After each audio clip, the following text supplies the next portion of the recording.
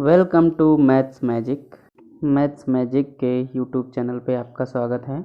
आज आप chapter 2 grammar पढ़ेंगे जिसका नाम है पार्ट्स ऑफ सेंटेंसेस। चलिए शुरू करते हैं। Parts of sentences. प्रत्येक वाक्य या सेंटेंस के दो भाग होते हैं। पहला है सब्जेक्ट जिसे उद्देश्य कहते हैं और दूसरा है प्रेडिकेट जिसे हम विधेय कहते हैं।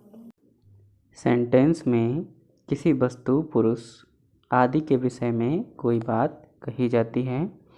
जिसके विषय में हम कुछ कहते हैं उसे सब्जेक्ट या उद्देश्य कहते हैं, और सब्जेक्ट के विषय में जो कुछ कहा जाता है उसे प्रेडिकेट कहते हैं। जैसे नीचे जो टेबल दी गई है उसको ध्यान से समझिए। लेफ्ट हैंड साइड में सब्जेक्ट है और राइट हैंड साइड में प्रेडिकेट है। पहला जो सेंटेंस है क्या लिखा है, सीता सिंग्स। इसमें सीता के विषय में कहा गया है कि यह गाती है, तो यहाँ पे सीता क्या है, सब्जेक्ट है और सिंग्स प्रेडिकेट है। नेक्स्ट देखिए, श्याम प्लेड। श्याम खेला, यानी कि कौन खेला, श्याम। किसके विषय में बात कही गई, श्याम के विषय में। तो श्याम क्या है, सब्जेक्ट, और प्लेड क्या है, प्रेडिकेट है। नेक्स्ट देखिए, स्टूडेंट्स रीड। विद्यार्थी पढ़ते हैं, यानी कि यहाँ पर किसके बारे में बात कही गई है, विद्यार्थियों के बारे में। क्या कर रहे हैं, वो पढ़ रहे हैं। तो यहाँ पे स्टूडेंट्स क्या है, सब्जेक्ट, और रीड प्रेडिकेट है। Next, fire Burns. यहाँ पे फायर क्या है, सब्जेक्ट, बर्न्स यानी कि प्रेडिकेट है। नेक्स्ट, आई लाफ। आई यहाँ पे क्या है, सब्जेक्ट है, और लाफ क्या है, प्रेडिकेट है। ऐसे ही दे रिटर्न्ड। यहाँ पर वे वापस हुए, या वे घर लौटे, या वे वापस लौटे। तो इसमें दे क्या है, सब्जेक्ट, और रिटर्न क्या है, प्रेडिकेट। तो उपरोक्त तालिका में सब्जेक्ट या तो नाउन है या प्रोनाउन है, और प्रेडिकेट क्या है, वर्ब है। ठीक है, तो यह आपने एक पार्ट देखा। इसमें आपने क्या देखा, एक सेंटेंस को आपने दो भाग में लिखा। पहला भाग क्या है, सब्जेक्ट है जिसके बारे में कोई बात कही जाती है। ठीक है, दूसरा क्या है, प्रेडिकेट है। प्रेडिकेट यानी कि जो बात कही गई है वो क्या है, प्रेडिकेट है, और जिसके बारे में बात कही गई है वो क्या होता है, सब्जेक्ट होता है। ठीक है, अब आगे। तो बच्चों अभी तक आपने क्या सीखा कि एक सेंटेंस के दो भाग होते हैं, जिसमें एक होता है सब्जेक्ट और दूसरा प्रेडिकेट होता है। सब्जेक्ट कौन सा होता है, जिसके बारे में कोई बात कही जाती है, और प्रेडिकेट जो बात कही जाती है उसे प्रेडिकेट कहते हैं। आगे देखिए, सब्जेक्ट या उद्देश्य केवल नाउन या प्रोनाउन तक ही सीमित न होकर कुछ अन्य शब्दों को भी अपने साथ रखता है। ये शब्द नाउन, प्रोनाउन, सब्जेक्ट के विशेषण होते हैं। यानी कि इसमें सब्जेक्ट तो होगा लेकिन उसके साथ में एक आर्टिकल होगा या विशेषता बताने वाला एक विशेषण होगा। ठीक है, कि कितने लड़के हैं, जैसे अ बॉय एक लड़का है। ठीक है, एन आउल एक उल्लू है। द सन, सन सूर्य है। माई अंकल मेरे अंकल हैं। ये सब क्या, ये सब सब्जेक्ट हैं जो दो पार्ट में लिखे गए हैं। इनमें ए एन द आर्टिकल का वर्क कर रहे हैं जो क्वालिफायर हैं, और हेडवर्ड क्या हैं, बॉय आउल अंकल। ठीक है, ये कुछ एग्जाम्पल्स हैं। इनमें हम लोग सब्जेक्ट प्रेडिकेट पहचानेंगे, उसके बाद क्वालिफायर और हेडवर्ड पहचानेंगे। चलिए, पहला सेंटेंस है अ बॉय केम। इसमें देखिए, अ बॉय क्या है, सब्जेक्ट है, और केम प्रेडिकेट है। अ बॉय में अ एक आर्टिकल है और बॉय आपका हेडवर्ड है, तो इसमें अ क्या होगा, क्वालिफायर होगा, और बॉय हेडवर्ड होगा। ठीक इसी प्रकार नेक्स्ट, एन आउल वुड्स में एन क्वालिफायर है और आउल हेडवर्ड्स है, बूट प्रेडिकेट है। द सनराइजेज में द क्वालिफायर है, सन हेडवर्ड है और राइजेस प्रेडिकेट है। सम मैन गैदर्ड में सम क्वालिफायर है, मैन हेडवर्ड है, गैदर्ड प्रेडिकेट है। तो यहाँ आपने देखा कि एक सेंटेंस को दो भागों में डिवाइड कर दिया गया, सब्जेक्ट और प्रेडिकेट। उसके बाद सब्जेक्ट को भी दो भागों में डिवाइड कर दिया गया, क्वालिफायर और हेडवर्ड। इसके बाद हम सब्जेक्ट को तीन भागों में डिवाइड कर देंगे। अब अगली टेबल में हम सब्जेक्ट के तीन भाग करेंगे, जिनमें क्वालिफायर के दो भाग हो जाएंगे, डिटरमाइनर और एडजेक्टिव। तो ये दोनों हेडवर्ड से पहले प्रयोग होंगे और इस प्रकार सब्जेक्ट तीन खंडों में प्रयोग होगा। देखिए, ये सब्जेक्ट के तीन पार्ट हैं, डिटरमाइनर, एडजेक्टिव और हेडवर्ड। अब हम इनको सेंटेंस के थ्रू समझते हैं। एक एग्जाम्पल है, अ जेंटलमैन कम्स। इसमें सब्जेक्ट और प्रेडिकेट पहचानिए। सब्जेक्ट है अ जेंटलमैन और कम्स क्या है, प्रेडिकेट। अब यहाँ सब्जेक्ट को तीन पार्ट्स में डिवाइड किया गया है, वो हैं डिटरमाइनर, एडजेक्टिव और हेडवर्ड। अब डिटरमाइनर, एडजेक्टिव और हेडवर्ड को अलग अलग पहचानेंगे। इसमें कितने जेंटलमैन हैं, एक, तो वो हो गया डिटरमाइनर। अब वो मैन कैसा है, जेंटल है, तो वो हो गया एडजेक्टिव। और ये दोनों बातें किसके विषय में कही गई हैं, मैन के विषय में कही गई हैं, तो ये आपका हेडवर्ड है। तो इस प्रकार आपका जो सब्जेक्ट है वो तीन पार्ट में यूज हुआ है और कम्स क्या है, प्रेडिकेट है। ठीक है, तो इस प्रकार से आपने देखा कि एक सेंटेंस को हमने चार पार्ट में डिवाइड किया है और एक सब्जेक्ट को तीन पार्ट में डिवाइड किया है। इसके कुछ और एग्जाम्पल्स देखिए। अगला एग्जाम्पल है, एन ओल्ड लेडी क्राइड। इसमें एन ओल्ड लेडी क्या है, सब्जेक्ट है। अब इस सब्जेक्ट में एन क्या है, डिटरमाइनर, ओल्ड क्या है, एडजेक्टिव और लेडी क्या है, हेडवर्ड है। क्राइड क्या बचा, प्रेडिकेट। नेक्स्ट देखिए, द टाल ट्री फेल। इसमें देखिए द टाल ट्री पूरा सब्जेक्ट है और फेल प्रेडिकेट। अब सब्जेक्ट के तीन पार्ट करिए। द क्या है, डिटरमाइनर, एडजेक्टिव क्या है, टाल और हेडवर्ड इसमें क्या है, ट्री। नेक्स्ट देखिए, दोज गुड स्टूडेंट्स प्ले। यहाँ देखिए दोज गुड स्टूडेंट्स, यहाँ पर क्या है, सब्जेक्ट हैं। अब इस सब्जेक्ट में दोज क्या है, डिटरमाइनर, गुड क्या है, एडजेक्टिव और हेडवर्ड क्या है, स्टूडेंट्स।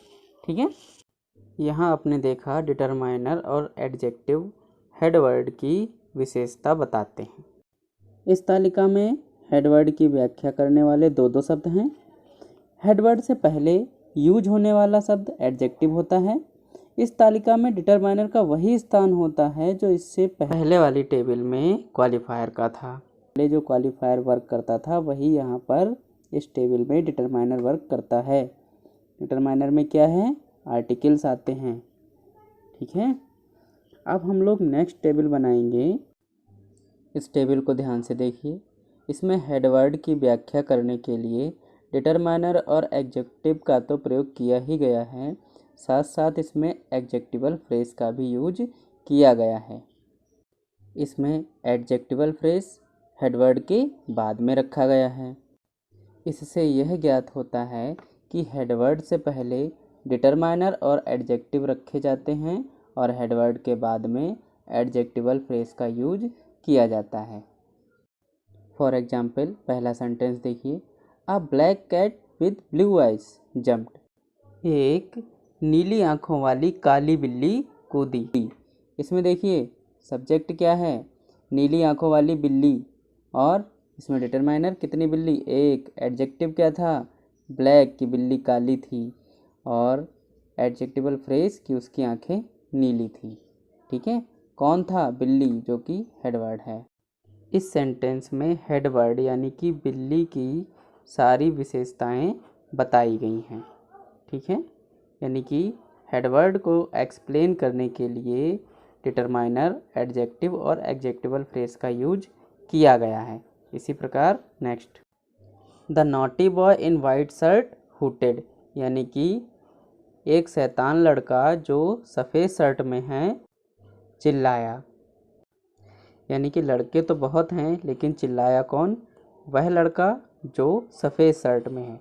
यानी कि इसमें भी हेड वर्ड बॉय को एक्सप्लेन किया गया है। नेक्स्ट देखिए, those red flowers with beautiful petals bloomed. ऐसे ही नेक्स्ट है, your younger sister still below 20 was married. इसमें देखिए determiner your, adjective younger, headword क्या है सिस्टर, और एडजेक्टिवल फ्रेज क्या है स्टिल बिलो 20, यानी कि अभी वो 20 वर्ष से कम आयु की हैं।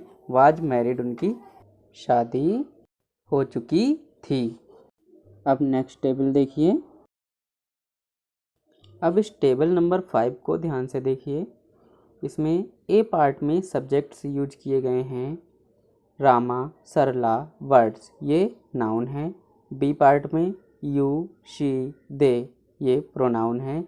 और सी पार्ट में स्मोकिंग, वॉकिंग, ये जीरंड हैं।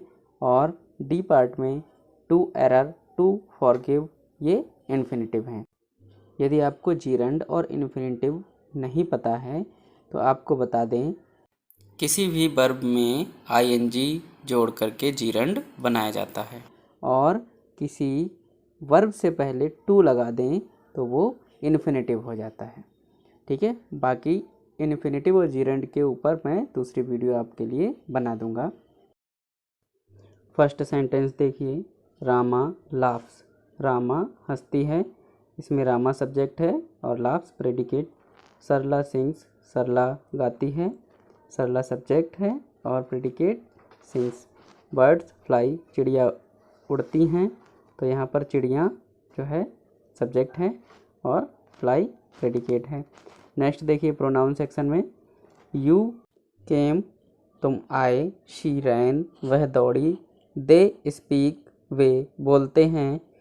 इस प्रोनाउन सेक्शन में यू, शी, दे सब्जेक्ट हैं। इसी प्रकार सी सेक्शन में देखिए, स्मोकिंग और walking. Smoking is bad, next walking is useful, टहलना स्वास्थ्य के लिए लाभदायक है। इसमें स्मोकिंग और वॉकिंग ये जीरंड हैं और जो कि सब्जेक्ट का काम कर रहे हैं। नेक्स्ट देखिए, टू एरर इज ह्यूमन, यानी गलती करना मानवीय गुण है। And to forgive is divine, और क्षमा करना ये दैवी गुण है। इन टेबल्स को पढ़ने से निम्न बातें स्पष्ट होती हैं। नंबर 1, जब सब्जेक्ट एक ही शब्द होगा तो वह शब्द या तो नाउन होगा या तो प्रोनाउन होगा। नेक्स्ट, सब्जेक्ट के पहले क्वालिफायर का प्रयोग होगा तो वह क्वालिफायर या तो आर्टिकल होगा या तो एडजेक्टिव होगा। नेक्स्ट, यदि क्वालिफायर के दो भाग होंगे तो क्वालिफायर का पहला भाग डिटरमाइनर और दूसरा भाग एडजेक्टिव होगा। ये दोनों हेडवर्ब से पहले यूज किए जाएंगे। नेक्स्ट, सब्जेक्ट के 4 खंड होंगे, डिटरमाइनर, एडजेक्टिव, हेडवर्ड और एडजेक्टिवल फ्रेज। इनमें डिटरमाइनर और एडजेक्टिव का प्रयोग हेडवर्ड से पूर्व और एडजेक्टिवल फ्रेज का प्रयोग हेडवर्ड के बाद होगा। इसे नेक्स्ट टेबल में स्पष्ट किया गया है। यह टेबल देखिए। नेक्स्ट, सब्जेक्ट में नाउन, प्रोनाउन, जीरंड तथा इन्फिनिटिव शब्द यूज होते हैं जो टेबल 5 में स्पष्ट किए गए। इस टेबल में आप देखते हैं कि नाउन, प्रोनाउन, जीरंड और इन्फिनिटिव को सब्जेक्ट के रूप में यूज किया जा रहा है। नेक्स्ट, आपने 5th टेबल में देखा कि सब्जेक्ट को नाउन, प्रोनाउन शब्दों के अतिरिक्त जीरंड और इन्फिनिटिव के रूप में प्रयोग किया गया है। कभी कभी इनके साथ अन्य शब्दों का भी प्रयोग सब्जेक्ट के साथ होता है। इन शब्दों को हम ऑब्जेक्ट या मॉडिफायर कहते हैं। इसे हम नेक्स्ट टेबल में स्पष्ट कर रहे हैं। इस टेबल में मेन वर्ड के साथ में ये जिन शब्दों का यूज हुआ है वो ना तो नाउन है, ना प्रोनाउन है, ना जीरेंड है और ना ही इन्फिनिटिव है। तो ऐसे शब्दों को हम या तो मॉडिफायर कहते हैं या तो ऑब्जेक्ट कहते हैं। ठीक है, तो आज का वीडियो देखने के बाद आपको कुछ एक्सरसाइज दी जाएंगी जिन्हें आपको करना है और करने के बाद सेंड करना है। इस एक्सरसाइज में आपको सब्जेक्ट फाइंड करना है। ए और बी सेक्शन तो आप कर लेंगे, लेकिन सी सेक्शन करने के लिए आपको इट और देयर का यूज पता होना चाहिए। तो चलिए आपको इट और देयर का यूज बताते हैं। इंग्लिश में इट और देयर का यूज बहुत इम्पॉर्टेंट है। यदि हम इन शब्दों के हिंदी अर्थ का प्रयोग करें तो हमें अजीब सा प्रतीत होगा, जैसे इट इज़ वेरी हॉट। अगर इसका ट्रांसलेशन करें तो क्या होगा, यह बहुत गर्म है। जबकि हम इसका अनुवाद आज बहुत गर्मी है इस तरीके से करते हैं। इसी प्रकार देयर शब्द का हिंदी ट्रांसलेशन वहाँ है, लेकिन जब हम कहते हैं देयर आर 20 बॉयज़ तो हमारा आशय केवल यह होता है कि 20 लड़के हैं, न कि वहाँ 20 लड़के हैं। अतः इट शब्द का प्रयोग इम्पर्सनल या न्यूट्रल और देयर का इंट्रोडक्टरी होता है। इसे निम्न टेबल में स्पष्ट किया गया है, देखें। पहला एग्जाम्पल है इट इज़ वेरी कोल्ड, यानी कि आज बहुत ठंडी है। Next, it is not raining now, अब बारिश नहीं हो रही है। There are 50 trees in the garden, यानी कि बगीचे में 50 पेड़ हैं। There was a king in a city, शहर में एक राजा था। यहाँ पर इट और there as a subject use हुए हैं। तो इसी प्रकार से आपको एक्सरसाइज में भी सब्जेक्ट फाइंड करने हैं। Thank you.